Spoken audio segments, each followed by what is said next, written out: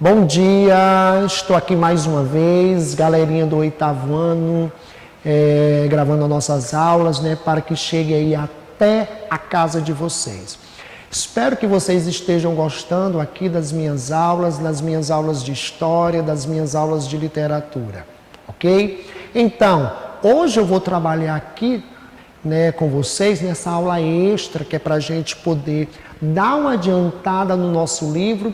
É o capítulo 1 da unidade 2. O tema do capítulo 1 da unidade 2 vai falar justamente sobre a independência das 13 colônias. Ou seja, vai falar sobre a independência dos Estados Unidos. Ou seja, eu vou falar aqui de um fato histórico importantíssimo para vocês, no que se refere à questão do contexto da América, certo? A América que nós sabemos que por séculos foi colônia de exploração de nações europeias, ok? E a gente vai, à medida que eu for trabalhando esse tema com vocês, eu vou sempre estar elucidando, lembrando para vocês a importância que esse fato histórico teve nesse contexto da América, ok? No contexto da América, na época em que a América era uma colônia de exploração, de países europeus. No caso, os Estados Unidos foi uma colônia da Inglaterra, do México para baixo, México, América Central e grande parte da América do Sul foram, essas partes do continente americano foram colônias de exploração da Espanha. Sabemos que a Espanha, no início da Idade Moderna, foi uma grande potência, Portugal também foi uma grande potência. Nesse contexto de descobrimento da América, Portugal e Espanha eram as duas potências europeias, beleza? Mas vamos parar por aqui, porque o nosso foco aqui vem a ser a gente tratar sobre a independência dos Estados Unidos e a importância que esse fato, teve justamente para o processo de emancipação, da América, ou seja, para que a América se livrasse, do jugo europeu, ou seja, para que a América se tornasse em estados, em países independentes, ok? Então vamos lá. Eu já trabalhei com vocês, quando estamos tratando de fato histórico, a gente vai analisar, a gente sabe que um fato histórico ele não resulta do nada. Hoje aqui nós vamos analisar, os fatores que vão contribuir para que os Estados Unidos ele rompesse com a sua metrópole e se torna um Estado independente, ok? Ou seja, a fundação do Estado, a fundação do país Estados Unidos, beleza? Mas vamos estudar aqui, certo? Vamos analisar aqui as causas do fato. O fato ele não surge do nada. Há causas, essas causas, meus amores, precisam ser trabalhadas. Uma causa importante aqui vem a ser a chamada Guerra dos 7 Anos, nessa guerra entre a Inglaterra e a França. Essa guerra ocorre no ano de 1756, vai até 1763. Sabemos que quando dois estados travam uma guerra, entram em guerra, há gastos, ok? Isso a gente precisa ter em mente.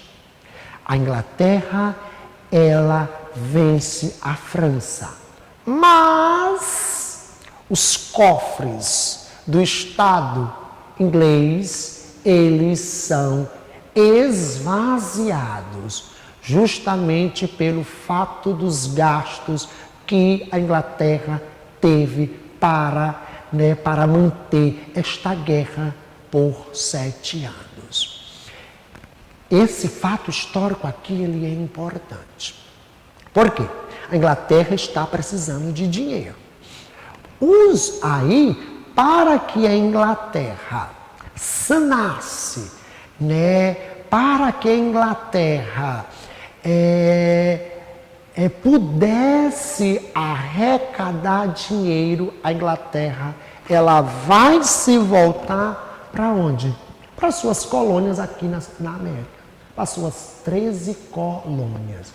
E a Inglaterra, ela vai decretar uma série de leis, e essas leis, elas vão ser extremamente impopulares para os colonos que habitavam as 13 colônias lá na América do Norte. A primeira lei vai ser decretada no ano de 1764, ou seja, a Lei do Açúcar. Ou seja, os colonos da América do Norte, os colonos das colônias britânicas aqui na América só podem comprar o açúcar vindo de outras colônias inglesas. Por que a Inglaterra vai decretar essa lei? Justamente para que o Estado inglês arrecadasse dinheiro. Eu já falei para vocês, é que eu estou elucidando, eu estou lembrando aqui de novo. A Inglaterra precisa de dinheiro. E ela precisando de dinheiro, ela vai se voltar para as 13 colônias. O que a Inglaterra aqui, ela quer fazer com as 13 colônias que tinha uma certa liberdade comercial, que tinha uma certa liberdade econômica, é justamente essas leis, e dentre outras leis que irão ser decretadas, a Inglaterra queria transformar, certo, as 13 colônias, que foram essas 13 colônias que deram origem aos Estados Unidos atual. A Inglaterra queria transformar essas 13 colônias, meus amores, em uma colônia de exploração. Na prática, essas leis estavam significando isso, transformar as 13 colônias que deram origem aos Estados Unidos em uma colônia de exploração, ok? Então, a primeira lei foi a Lei do Açúcar, depois, 1765 vem a ser a Lei do Selo. O que é que determinava a Lei do Selo? Todo documento que circulasse nas 13 colônias deveria ter um selo, ok? E esse selo, é claro, era pago. E esse dinheiro arrecadado ia para onde? Ia para os cofres ingleses, ok? A terceira lei vinha a ser a Lei do Chá, ou seja, os colonos só podiam, presta atenção, quando essa lei determina que os colonos só podiam comprar o chá das companhias inglesas, isso estava restringindo, isso estava tirando a liberdade comercial dos colonos aqui na América. Presta atenção. Isso significa o quê? Quando a colônia, lembre-se que a gente já estudou no 7º ano o chamado Pacto Colonial. O que é que o Pacto Colonial determina? Ele determina que a colônia só pode exercer relações comerciais com sua metrópole. Vejam bem que todas essas leis, a Lei do Açúcar, a Lei do Chá, dentre outras leis que vão ser decretadas e que os colonos devem obedecer essas leis estavam tirando a liberdade comercial dos colonos aqui nas 13 colônias, aqui na América do Norte, ok? Então, isso será um fator preponderante, um fator muito importante, porque os colonos irão começar a reagir, a não aceitar todas essas imposições impostas pelo Estado inglês a eles, porque, como já falei para vocês, eles tinham liberdade comercial, ok? E essa liberdade comercial, né, após a Guerra dos 7 Anos, os colonos, eles estão perdendo, porque a Inglaterra, na prática, quer transformar as 13 colônias em uma colônia de exploração. Ela quer, na prática, estabelecer um pacto colonial, certo? E esse pacto colonial, ele tem como dos principais objetivos o enriquecimento do Estado. E os colonos vão reagir, gente. É interessante que, para que os Estados Unidos obtivessem a sua independência, os colonos pegaram em armas. Ou seja, foi uma guerra, ocorreu uma guerra de independência totalmente diferente do que aconteceu aqui no Brasil. Aqui no Brasil nós não vamos ter guerra para a fundação do Estado brasileiro. Aqui nos Estados Unidos, na América do Norte, os colonos vão lutar durante anos contra o Estado inglês. Até o ano de 1776, né, os Estados Unidos vai obter a sua emancipação política, ou seja, vai ocorrer a fundação do Estado norte-americano. Ou seja, os colonos da América do Norte, daqui dos Estados Unidos, vão romper politicamente com a Inglaterra, ok? Espero que vocês tenham compreendido, certo? Essa parte no que se refere à independência dos Estados Unidos. Primeiro eu falei da Guerra dos 7 Anos, foi? Falei da Guerra dos 7 Anos, uma guerra travada entre Inglaterra e França. A Inglaterra vence, mas seus cofres se esvaziam. A Inglaterra precisa de dinheiro. É aí que a Inglaterra, meus amores, se volta para as 13 colônias. Ou seja, a Inglaterra vai querer transformar as 13 colônias em uma colônia de exploração. E como os colonos, eles tinham liberdade comercial, né? Eles tinham liberdade econômica, não vão aceitar isso. Eles vão pegar em armas e vão lutar contra a Inglaterra, até que no ano de 1776 eles vão obter a sua independência, a sua emancipação política. Rompe laços políticos com a sua antiga metrópole. Rompe laços políticos com a Inglaterra. Ok? Espero que vocês tenham entendido essa parte do nosso capítulo 1, a independência dos Estados Unidos. Mas, como eu falei para vocês, a independência dos Estados Unidos, esse fato histórico, ele vai ser muito importante nesse contexto, né, em que a América era uma colônia, né, principalmente colônia de exploração de nações europeias. Os Estados Unidos serviu como exemplo, porque as outras, né, grande parte, né, a América Espanhola e a América Portuguesa, certo? Vão perceber uma coisa, que a emancipação política, que romper laços políticos, romper laços econômicos com a metrópole é possível. E esse fato histórico, né, que a gente acabou de analisar, a independência dos Estados Unidos vai influenciar no que se refere às guerras de libertação, às guerras de emancipação política, às guerras de independência, tanto da América Espanhola quanto do Haiti. Então, nesse contexto de América Latina, certo? Primeiro os Estados Unidos, e no contexto de América Latina, o Haiti será, nesse contexto de América Latina, repetindo aqui de novo, né,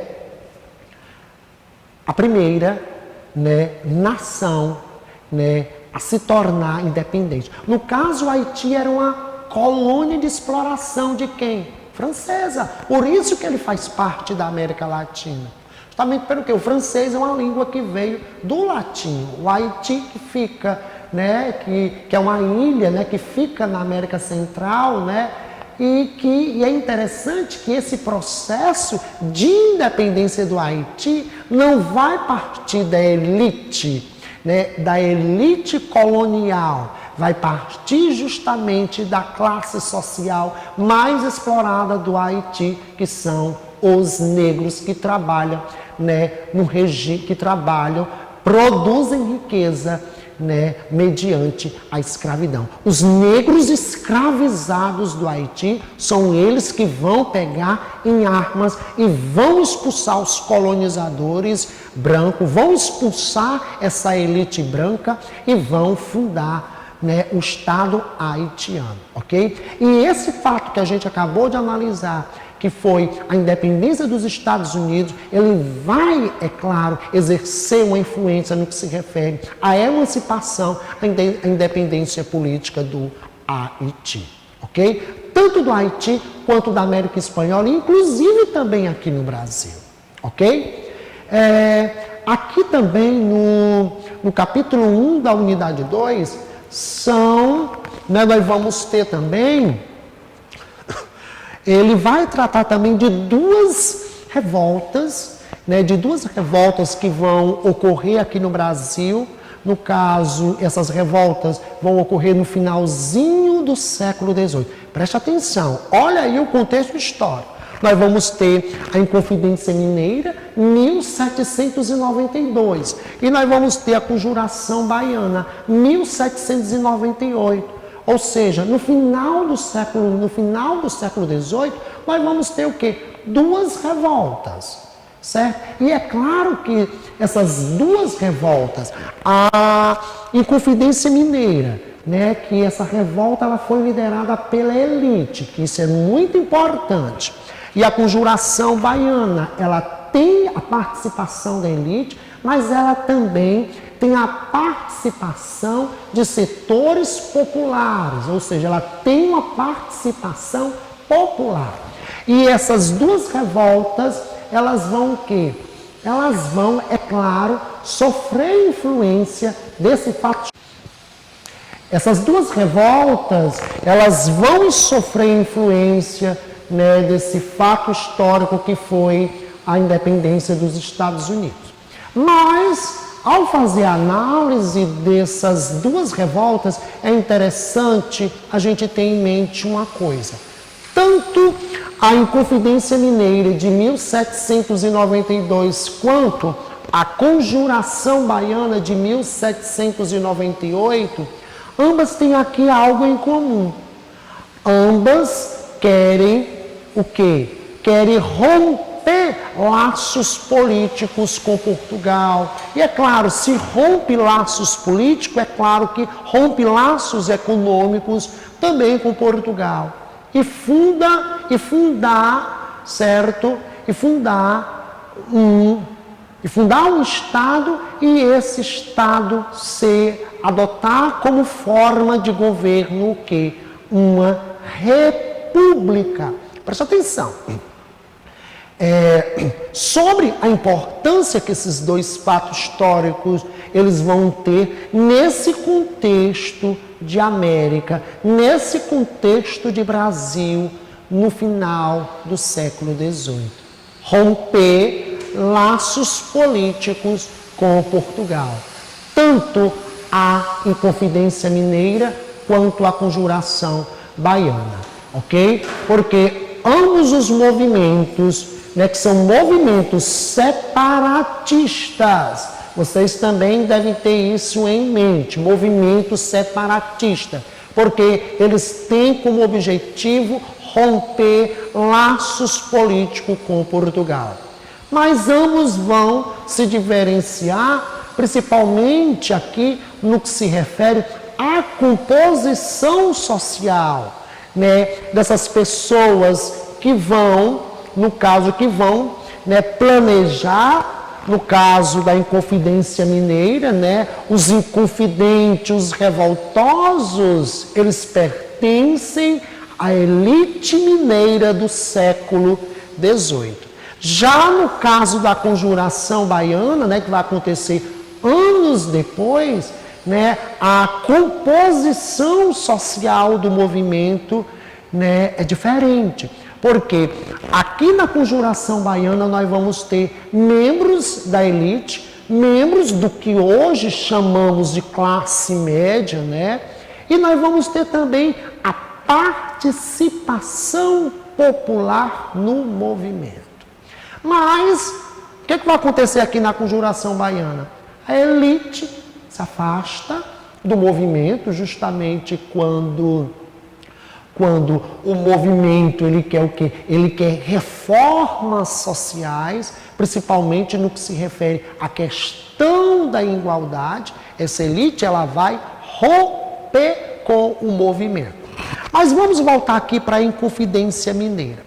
A gente sabe que uma causa preponderante na Inconfidência Mineira foi justamente, né, justamente a questão da derrama. É claro que tem outras causas, né, que é bom vocês dar uma lida lá no livrinho de vocês, certo? E uma dessas causas aqui, a causa que eu vou analisar, é quando, né, o Estado português ele vai decretar a derrama, ou seja, a arrecadação dos impostos atrasados. Né, isso vai deixar, né, isso vai apavorar a elite mineira, né, daquele contexto histórico, ok? Então, né, esse movimento, né, ele vai ser traído, esse movimento ele é traído, e o que é que acontece? E Tiradentes, né, os outros membros, como pertenciam à elite, esses membros, alguns deles são perdoados, outros são condenados, outros vão para o degredo, né, e o único que vai ser morto e vai ter seu corpo esquartejado vai ser, como nós sabemos, Tiradentes. Isso justamente porque Portugal era uma nação absolutista. O Estado português é um Estado, né, governado por um rei absolutista. Ou seja, o absolutismo, vocês sabem que é uma forma de governo autoritário. Né, que era isso de matar e desquartejar o corpo, né, e colocar em partes diferentes na cidade, isso é para justamente impor o medo. Toda forma de governo autoritária faz isso, certo? As ditaduras, as tiranias, né, elas fazem isso também. Né, elas matam, elas perseguem justamente para implantar o medo, justamente para que as pessoas não se revoltem contra quem? Contra o poder que foi, né, não se revoltem contra o poder instituído. No caso aqui no caso, é o absolutismo monárquico, para que os colonos, para que isso servisse de exemplo, para que os colonos não se revoltassem contra a metrópole, não se revoltassem contra Portugal, ok? E no caso aqui da Conjuração Baiana, é claro, quando a Conjuração Baiana, né, como falei para vocês, que teve a participação de membros da elite, teve a participação de membros daquilo que chamamos de classe média e também teve a participação popular. Mas o que é que acontece? Quando o movimento, né, e quando esse movimento começa a incorporar, né, o que a gente chama de... Quando esse movimento começa a pregar, né, principalmente igualdade, né, abolição da escravidão, reforma agrária, né, divisão de terras e etc., a elite cai fora desse movimento. E quando o movimento ele vem a ser, né, claro que esse movimento ele foi massacrado, né? Esse movimento, né, ele vai ser perseguido, né? Os revoltosos, muitos vão ser presos, aqueles que pertencem à elite eles vão o quê? Vão conseguir se salvar, alguns escravos, né, também voltam, né, para os seus senhores, mas outros membros do movimento, como pertencia, né, como eram pobres, eles são duramente punidos, ok? Mas o movimento, o que é que ele vai deixar aqui, né? O que é importante aqui? É justamente o quê? Porque são duas revoltas que já prega, né? Que já quer a emancipação, que já quer o quê?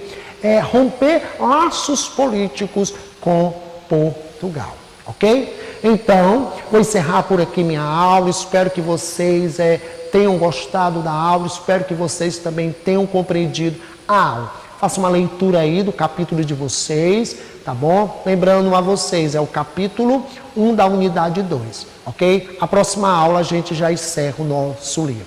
Então, um beijão aí para todos vocês, um abraço virtual aí em todos. E fiquem em casa. Tchau, tchau.